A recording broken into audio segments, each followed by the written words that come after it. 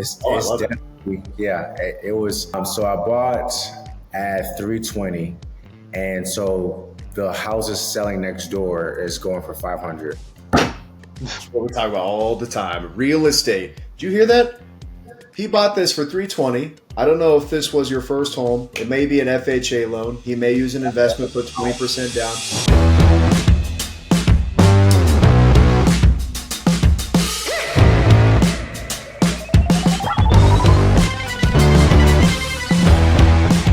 All right, everybody, welcome back to another episode of the 1% Podcast. I'm your host, Vin, and I'm Shane.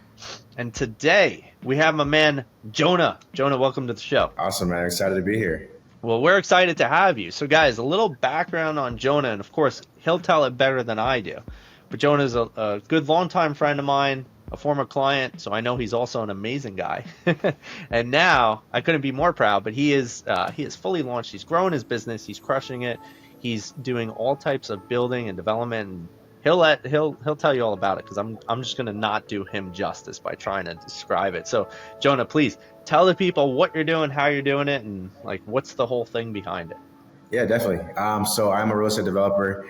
I develop residential, so single-family modern homes. And essentially how I kind of got into the business, I really just kind of hustled my way. I wanted to make sure that I partnered with strategic partners. And it definitely was something that was interesting, kind of getting my head kind of knocked off of certain deals and kind of learning through the pain.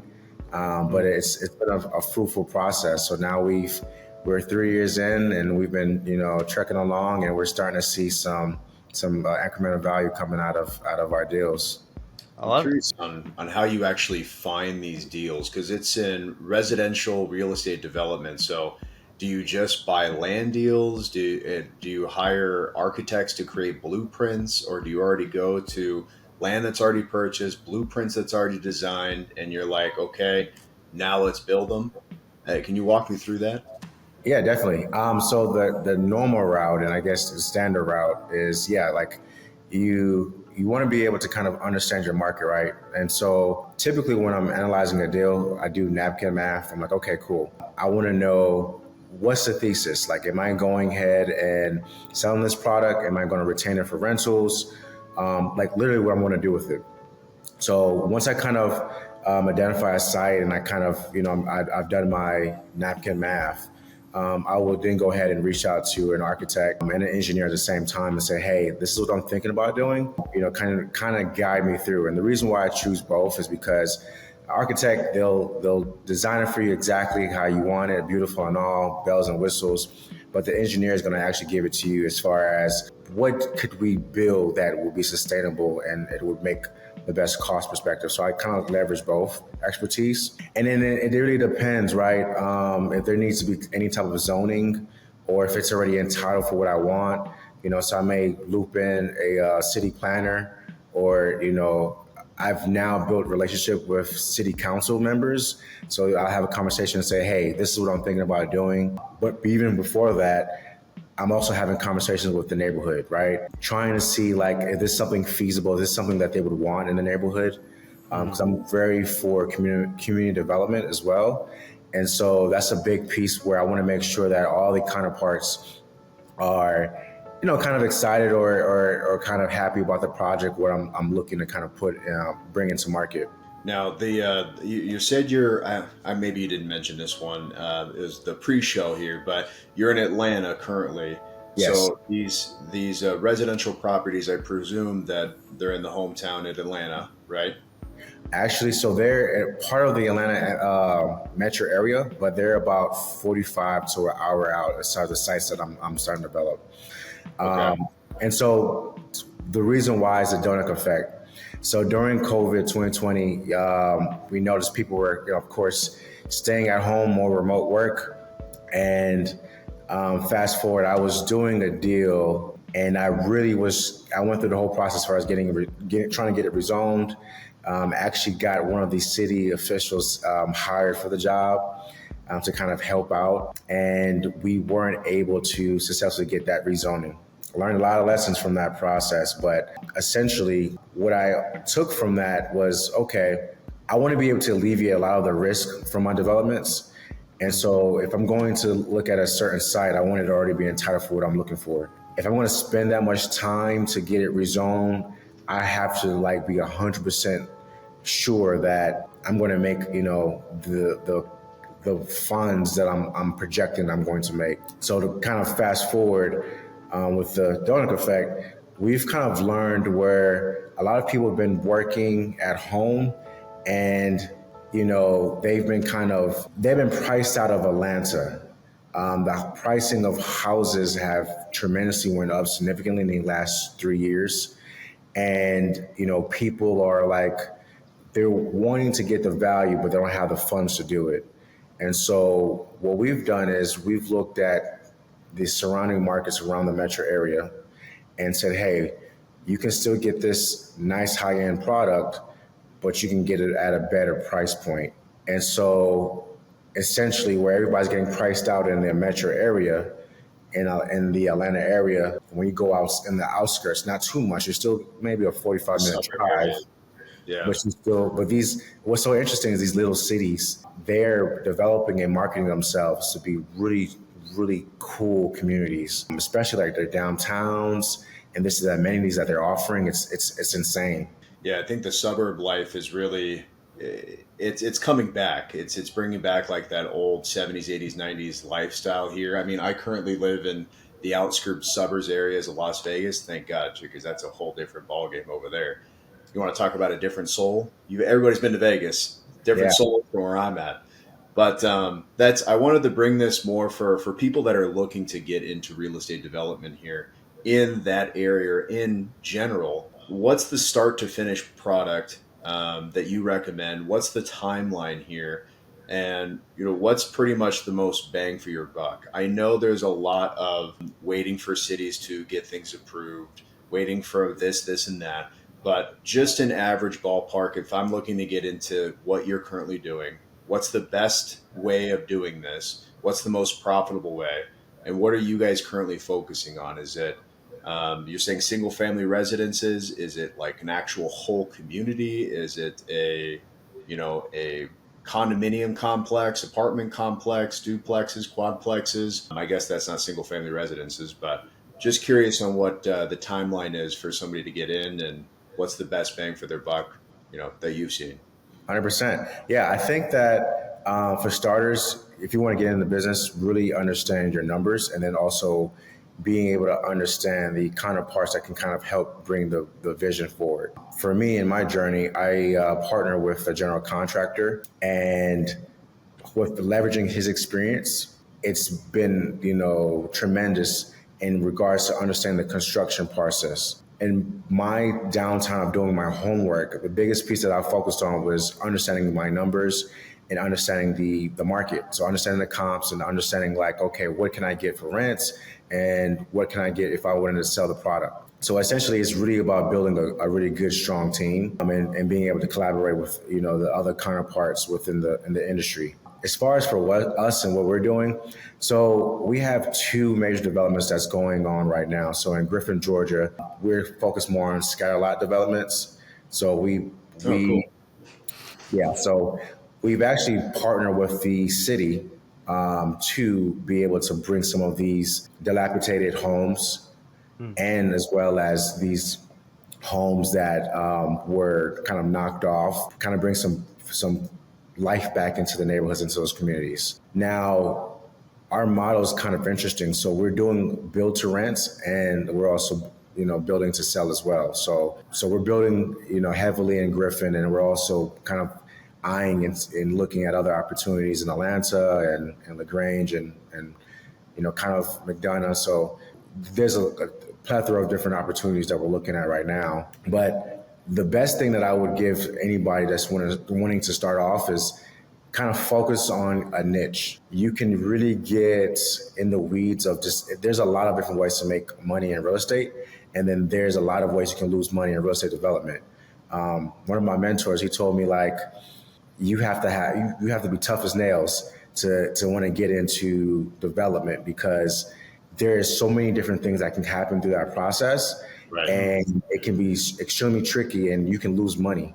So you want to make money upon entry. So buying the site, that's good. You are agreeing on that end, but then bringing that product from A to Z is important. So you want to make sure that you're leveraging others' expertise. If you don't necessarily know too much, and getting mentors around you is very key and essential. But yeah, I think that if somebody wanted to get into real estate, I would definitely say it's paramount to build a strong team. Whether it's an architect, it's a builder, or guys that's been in the industry that has that experience that you can kind of leverage. So I got a question for you. You personally, what's one of the biggest or most difficult things you've had to solve in building and growing this business? I think so. With my partner, it was pretty funny. So he was a custom home builder, and I was always looking to develop, right, and I was trucking along, working my 9 to 5, and putting deals together, and having to, I guess, have those conversations or shift his mindset to saying like, hey, let's look at your product differently. I think that was the first thing that I had to kind of deal with initially, because I knew the product that he had. It was something totally different than that I've seen in the market, and I knew some of his gripes and complaints as far as dealing with customers having a million different changes that they wanted within building their homes, and he wanted to kind of build something a little bit more standard. So that was like the first an initial thing. But I think dealing with the neighborhood and dealing with the city and understanding that everybody's almost asking for the same thing, but in different ways. The biggest thing is people want to be heard. People want to be heard, and they want to have the opportunity to voice their opinions.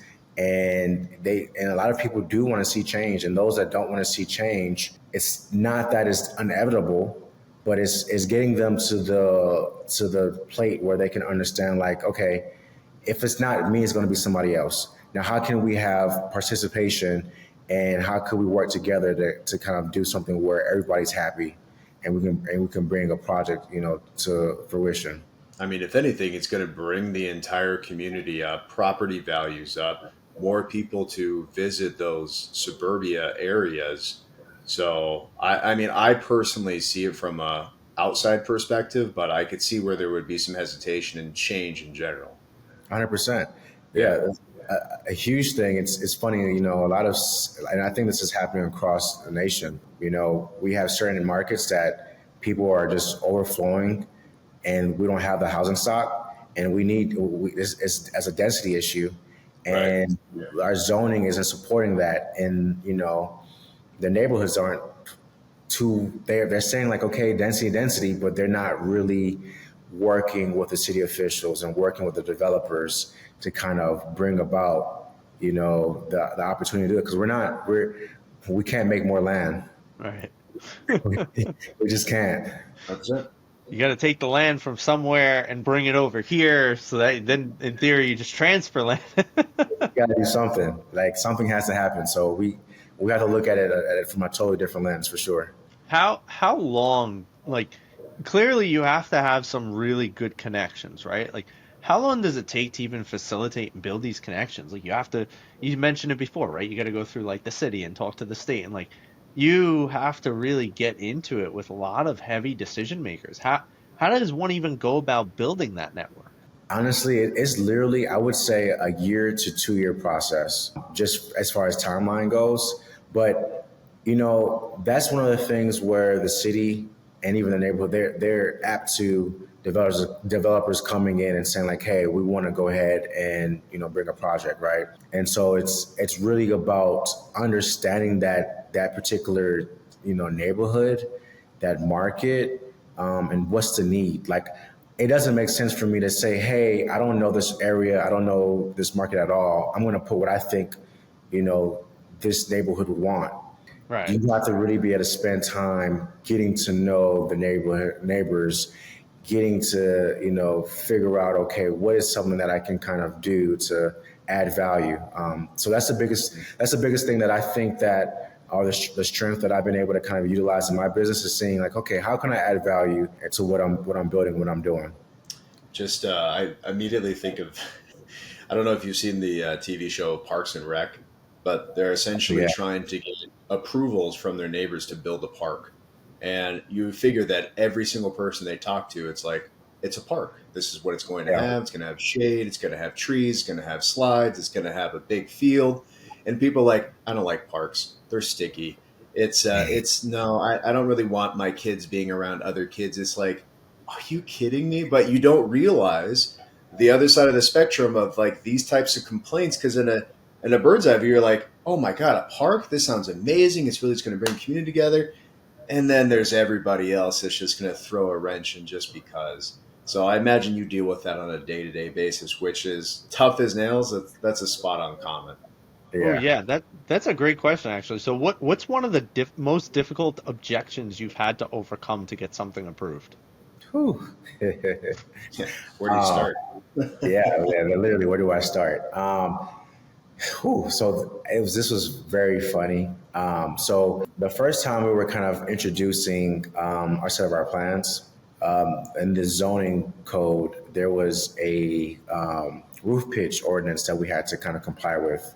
So within our vested property rights, we can build the product, right?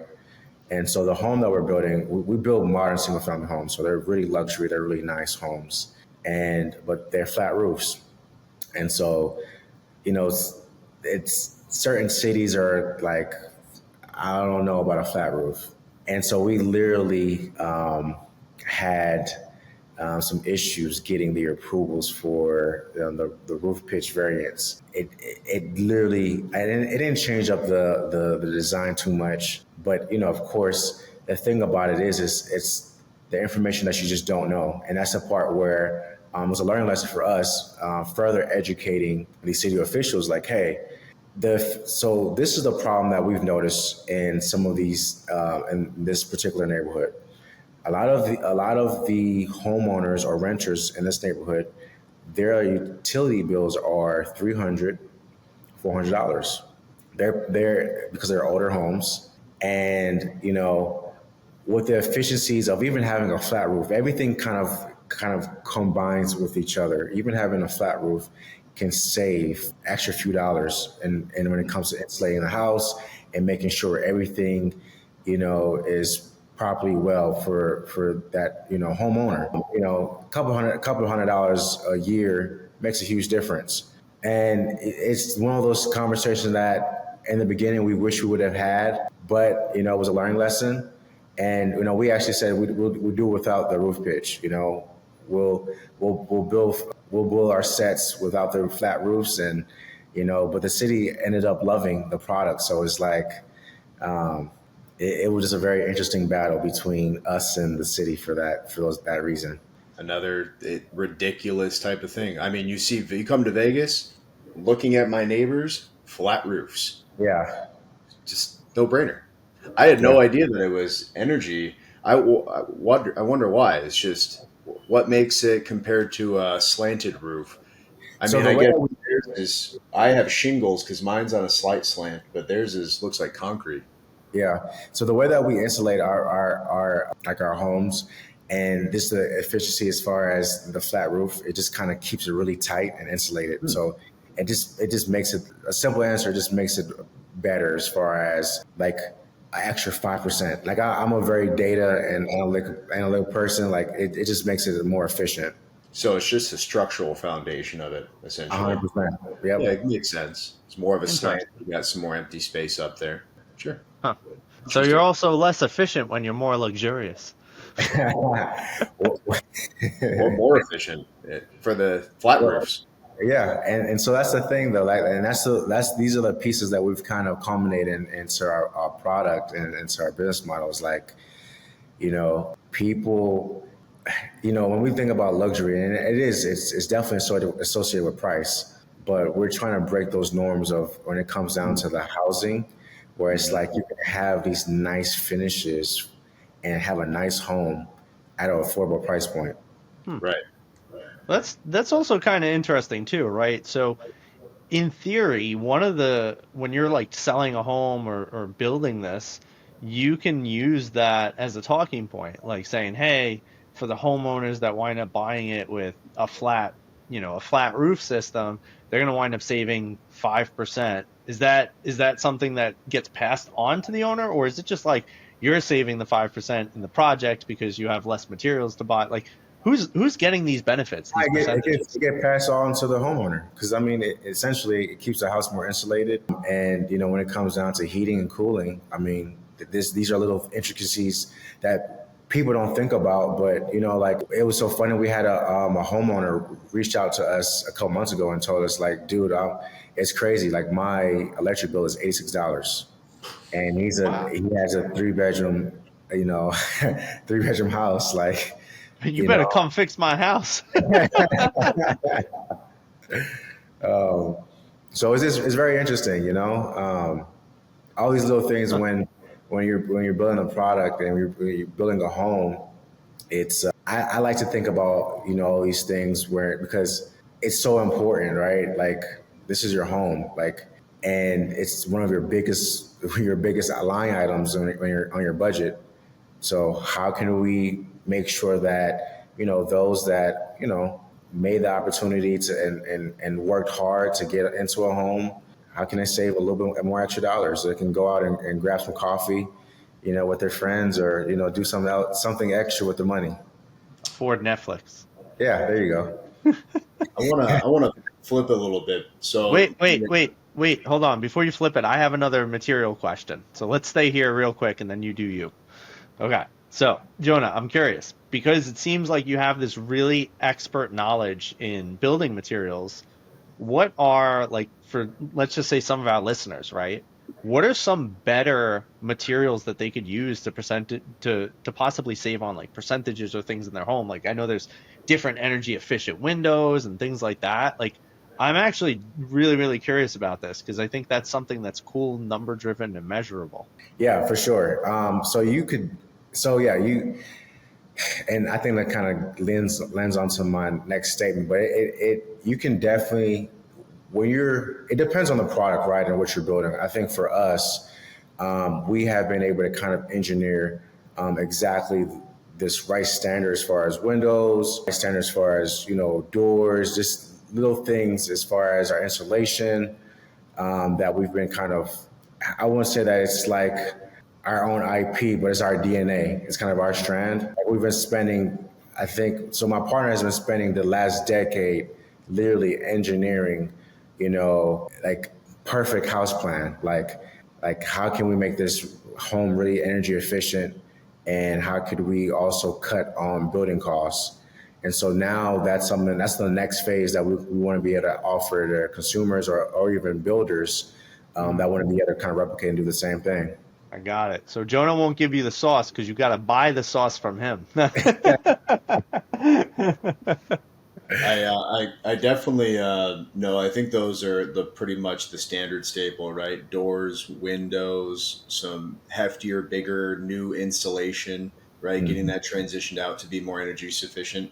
Um, so when we started talking, you were saying for people that wanted to get into this to essentially niche down, build a great team, and that essentially to be the foundation there.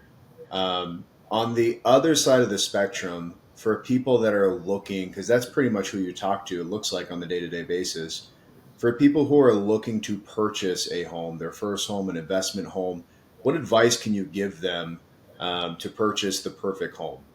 That's a great question. So I bought my first home when I was 24, and Wow, it awesome. was, thank you, it was 2020, right? So the Weird, COVID, yeah. yeah, it was a weird time, but interest rates was great.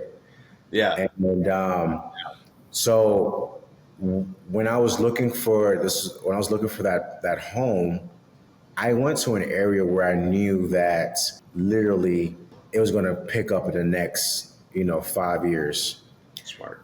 because I was like, okay, well, property values are going to go up. Like I'm going to be able to kind of start to build up, some equity. Just this is like I looked at it as like I'm paying down my mortgage. I'm putting money in my piggy bank, And Real quick, was there specific, because you said you've chosen an area that you knew in 5 years was going to be worth more money.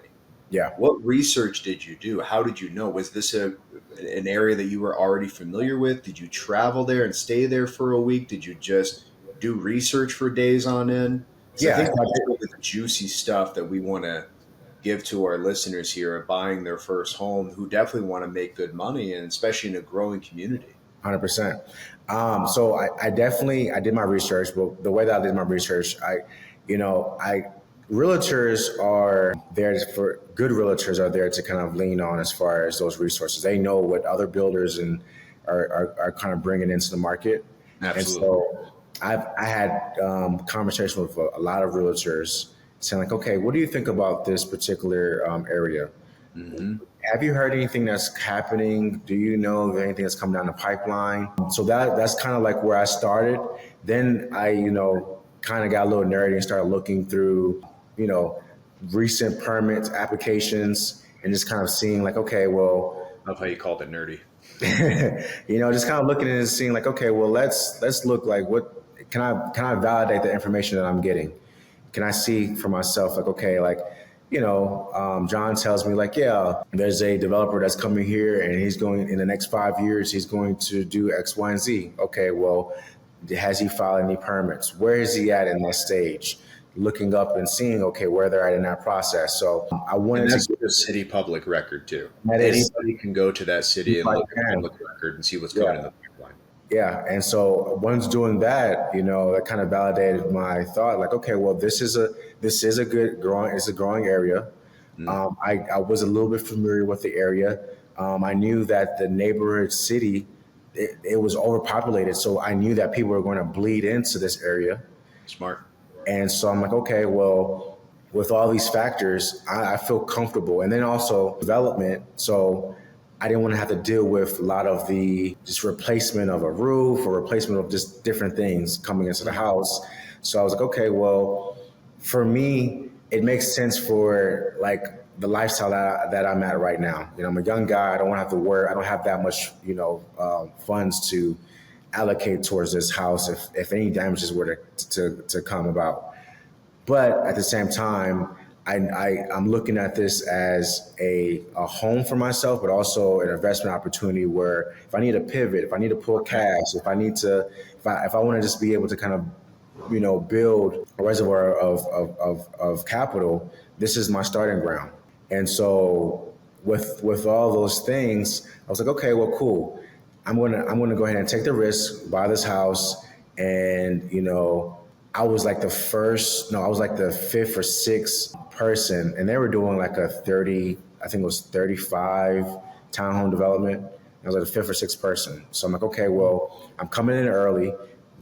I know this area is getting bled out from the overpopulation from the city next door, and I know that there's other development that's spurring about in the next few years.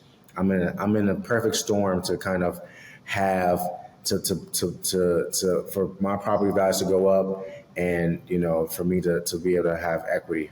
Smart. You went from realtor to going to people who know the area, asking them questions. You went the nerdy route and going to the city public record and seeing what was going on. I want to give one more helpful tip too, because these companies do a lot of great research prior to actually building any sort of foundation. It was helpful when I purchased my rental properties there too. Is Starbucks, McDonald's, and any Whole Foods will research an entire growing community for 6 to 12 months before they break ground. So if you 100%. see a Starbucks, a McDonald's, or a Whole Foods that's coming soon, I'd recommend buying there because they've already done the research for you. Now, this is not financial advice or anything like that. Obviously, do Never, exactly what Jonah never. is recommending. However, just know that they have definitely gone Jonah's route and done a whole bunch of research development prior to saying this is where we're going to be building this next location. Everything that you just said is spot on exactly what I would do. Probably not the city. I probably wouldn't go down that rabbit hole. This is what you do. I mean, I love that about you. That's awesome. You go above and beyond to make sure that my investment is going to pay off. And you don't have to talk about numbers or anything like that, but from since you bought it in 2020 to almost 4.5, 5 years later, whenever it was, what percentage has it gone up? I can go in numbers. Oh, I It's love it. definitely, yeah. It was. So I bought at 320, and so the houses selling next door is going for 500. That's what we talk about all the time. Real estate. Did you hear that? He bought this for 320. I don't know if this was your first home. It may be an FHA loan. He may use an investment, put 20% down. Even better, he put little money down. He got a low interest rate. Even if it was a high interest rate, you could refinance that 6, 12, whenever it is, the rates actually go down. Look at the numbers that he just said. Even if you use it from a foundational standpoint with putting no money down, 320, and you're saying five what? 500. Tell me a better investment right now. A mental performance coach. Unbelievable. Non-self improvement. Yes. I applaud you. That's the best advice that anybody could ever give as far as getting into real estate. It's a good, safe investment. It shouldn't be all your eggs in one basket, but it's rental properties are never going to go anywhere if you decide to rent until the investment portion goes up. Interest rates will go down for to make up for that. It's just a winning situation. I love this story. It's awesome. Yeah, I have my mentor was telling me you marry the asset, you date the rate. Hey, Yeah, I love that. I'm gonna steal that. so that's a notable quotable. That's Yeah, what we call it. That's gonna be on the So for the next podcast. it's gonna be the next board one. I love Yeah, it. love that. So Jonah, we're coming close. We're coming close to the end here. We got a few last questions for you. One of them being, as you know, we are the 1% podcast. But the belief is not that you have to be a billionaire to be a 1%er. The belief is that it is a way of life. It's how you're striving to be great in whatever it is that you do. And our question for you is, what is your version or your view of 1% life? What does it mean to you? it's a great question. 1% to me is, I mean, in kind of walking through my process, I do a self audit. I'm looking at how I'm performing spiritually, physically, mentally. I'm doing daily reflections on those. But then I'm also leaning on to my loved ones and asking them those same questions because we can have a thought process as far as what we think we're doing, but you can really get some true answers from those that are around you and that love you. And sometimes it's not coming from a ill intent. They want to see you grow, and so for me, it's being able to literally take in the day and perform and try to do better than I did the day before. Taking the lessons, the hardships, anything that I've experienced, and say like, okay, how can I serve and how can I love more better than I did before? Because those are like my fundamental principles and my values. I'm curious too, and I think Shane, I think this is a question we should probably start asking everybody. My question that I have following that is, where did you learn that? How did you develop that mindset? Well, Vin, I mean, I was your client, man. We worked through this. we That's worked why it. he wants to ask We this. workshop. I wasn't expecting that answer. I gotta be honest. It's like I Yeah, want to pat myself on the back. yeah. No, I think it's a good question to ask though, right? Because the big reality is like what we aim to teach on this podcast and why we have it is because one, we want to shine light on all these amazing business models and ways people could start making money and grow themselves as professionals and entrepreneurs. But I think the other component that yes, we always ask the question of like what do you believe a 1% lifestyle to be, but we never ask people like where did you develop that? And I think that's another really important piece to being an entrepreneur or building a business is the mindset component. And so, yeah, I think finding those deeper reasons or like, where do you develop that mindset or like, how do you get that lesson or what's the thing that got you to this point where you think that way? And like, how could people start stepping there? I think it's a really important question that maybe we're leaving some gold on the table. Definitely Uh, some growth. you know, yeah. I'm sure it was more than just me though. Come on, like I love the testimonial, but what else? Well, what I'll say is, I mean, yeah, again, like just not to harp on that, but I mean, as an athlete, good athletes they get good coaching, right? So that's the first step. I think it's just being able to kind of I'm not saying that I'm a a young guy, but when I look at, I tend to look at, okay, when I'm like 7 years old, looking back at my life, like what do I really want to accomplish? And some of the things that materially, like those things fade, but when it comes down to the memories that people have shared about you, the character that they can say, that they express, the values, all of these things, these are things that I wanted to be a tribute to the reflection of myself. We, after 100 years, you become a lost memory. So then it's something like, well, what have you done to kind of move the world forward? And so these are the questions I'm asking myself, where how can I impact the world and touch the world, where it's even from like people that I see on a daily day, like how can I, show, love and gratitude and kind of move the world forward. So these are the type of questions that ground me. And I'm always asking myself, like, okay, how can I, how can I be happy with myself, when I'm 70, 80 years old, looking back, okay, great, I became a trillionaire, cool. But like, what are these things that, how can my kids have conversations about me when I'm not here, and say about me, or, are strangers, So these are things that I kind of think about. And I think it attributes to being a better person and showing up daily. And you break down these major goals into like small little tasks. And I think that's what kind of helped form my thought process. Yeah, I love that, man. There's a homework assignment that sometimes I give people when they're really struggling to kind of figure out like who they want to be. And you somewhat alluded to it, is writing out your eulogy. Imagine everybody that you really care about just gathered around at your funeral. How are they going to speak about you now that you're gone? What will they say in that moment?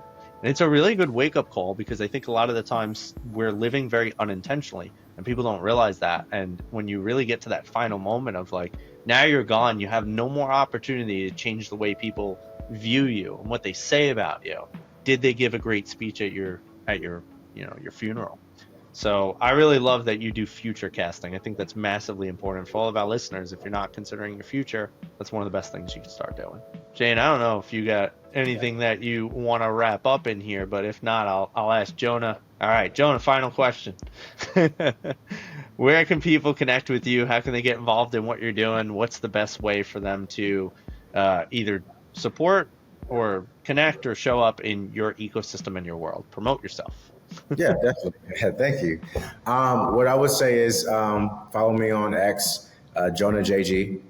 I'm going to start to really just pour out my brain as far as my day to day and my, like, what it looks like for the development process. So if you want to follow along in that journey, because it's been an interesting process, leaving 9 to 5 world to branch out and try to do this thing. It's been interesting. And then also just to check out our products, it's griffinmodern.info.